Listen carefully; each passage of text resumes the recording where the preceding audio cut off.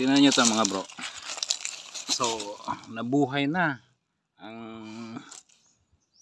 cliff grafting ang ginawa dyan. So tinanggal ko na yung water spout dito. Ngayon babadbara na natin ng kanyang balot. Yan kasi ang water sprout, lumaki siya.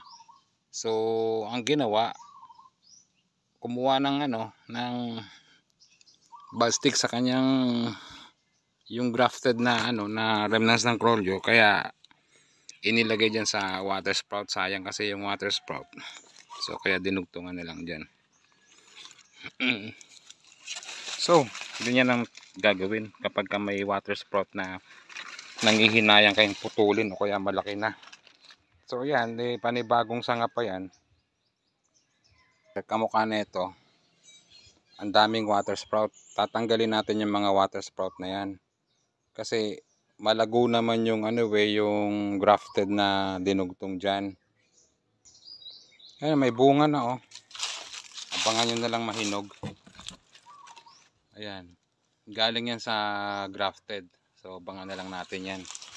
Tatrabahuin ko muna itong mga water sprout. Ito rin, cliff grafting to. Ayan na. So buhay na siya, malaki na, pero may tumubo pa ulit ditong sprout. So yan, green up ko ulit kasi itong isang to, although nasa graft siya, pero ang tubo niya nag spiral. So mas maganda ng parasure. Ang mukha nito, daming water sprout, mataas na. May green up ako dyan pero hindi nabuhay. So ang gagawin ko, uulitin ko na lang. Babawasan natin itong water sprout, tapos magdudugtong tayo dun sa kanyang water sprout. Kasi sa bandang dito walang sanga, papunta doon ang sanga niya lahat So tara, gawin natin. Yung pa isa mataas na yung kanyang graph, kaya lang sa kabila siya pabaling. So may water sprout siya dito. So tingnan natin. Ayan, kamukha niya na. Tingnan nyo. Ayan na, pa ganun yung kanyang mga tubo. So may water sprout siya, dugtungan natin para may sumanga na papunta dito naman. Itong isang to, okay naman yung kanyang tubo, pero may water sprout. So yung water sprout hindi natin dudugtungan, tatanggalin lang natin para hindi siya mangagaw ng sustansya sa grafted. Maganda yung pagka-graft nito Ayan na.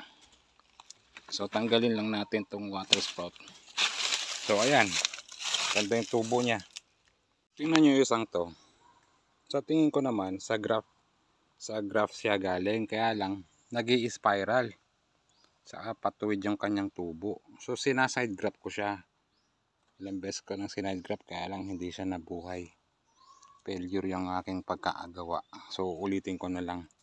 Pero dito, cliff graft ang ginawa ko sa kanya. Nabuhay naman na yan Ang gagawin na lang natin dito sa isang to, lalagyan ko ulit ng side graft para sure. Sige, gawin na natin. Ito ang sample ng stem ball. Ganyan, mamamatay siya kasi meron siyang stem na pumasok niyan sa loob. So gagapang yan, mamamatay. So kailangan yan putulin, tapos itapon, sunugin o itapon sa malayo. Yan ang dahilan. Tapos marami siyang water sprout dito, either tanggalin or dudugtungan. So ito tatanggalin ko na, baka lumalim pa ang damage nito yun ang dahilan ng pagkaamatay ng mga puno. O sige, gawin na natin. Malago rin yung yung kanyang water sprout. Ito rin, tinanggal ko na, malago kanina yan. Ayan na. Yan, mga water sprout yan. Yan, malago yan So ito rin, malalaki na yung water sprout. hindi ko yan dudugtungan kasi maganda naman yung tubo ng graph. So sige, gawin na natin. Ayan, tinanggal ko na yung kanyang mga water sprout. So di ba ang ganda ng tingnan. Ayan na. Ayan, water sprout siya dyan oh. Bali 3. Ayan na, 4. So yan, maganda naman yung tubo. So hindi na natin dinugtungan. Meron pang isa rito. Ayan, kamukha niyan. Yung water sprout hindi nabuhay.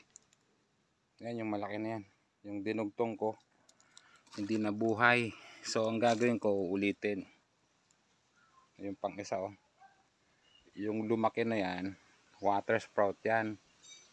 Yung dugtong, ayan maliit pa. Kasi mas naunang lumalaki yung water sprout. Gawa nga siya yung original na rootstock. So kailangan ulitin siya or tanggalin. Kamukha nito ang santo. So gawin na natin. So yun nga. Itong isang to ay walang nabuhay sa aking ginawa. So ulitin na naman hanggang sa may mabuhay. Kasi kung puputulin to, malaki na masyado. Ito yung graph oh. Na iwanan. Yan yung graph. Itong nagtuloy yung water sprout.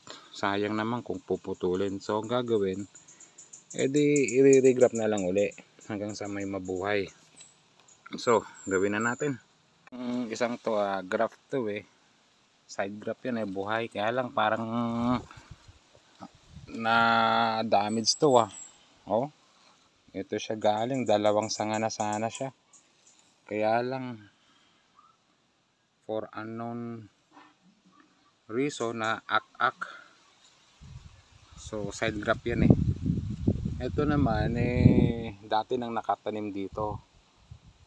Bale 2 tong puno na to dati nang nakatanim. Yun na may side graph ako dito, yun buhay. Tingnan nyo. Kasi to hybrid to Ayan. So nilalagyan ko ng ayan side graph. Buhay siya. Kaya lang mahina yung kanyang paglaki. So lalagyan ko na lang uli para sure.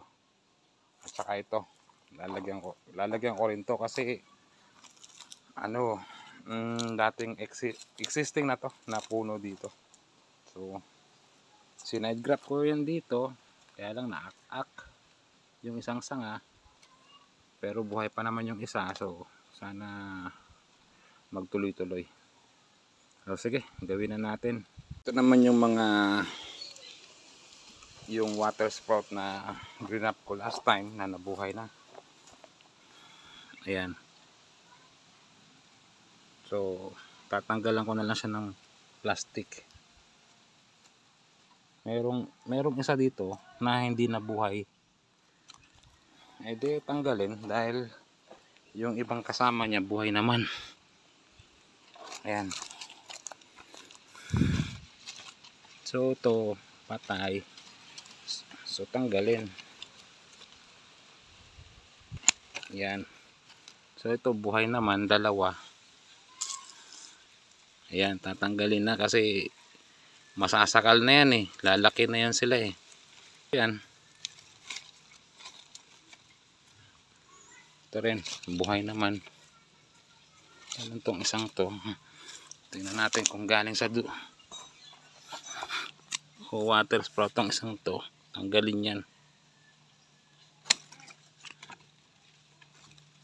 Tapos ito tanggalin yung plastic.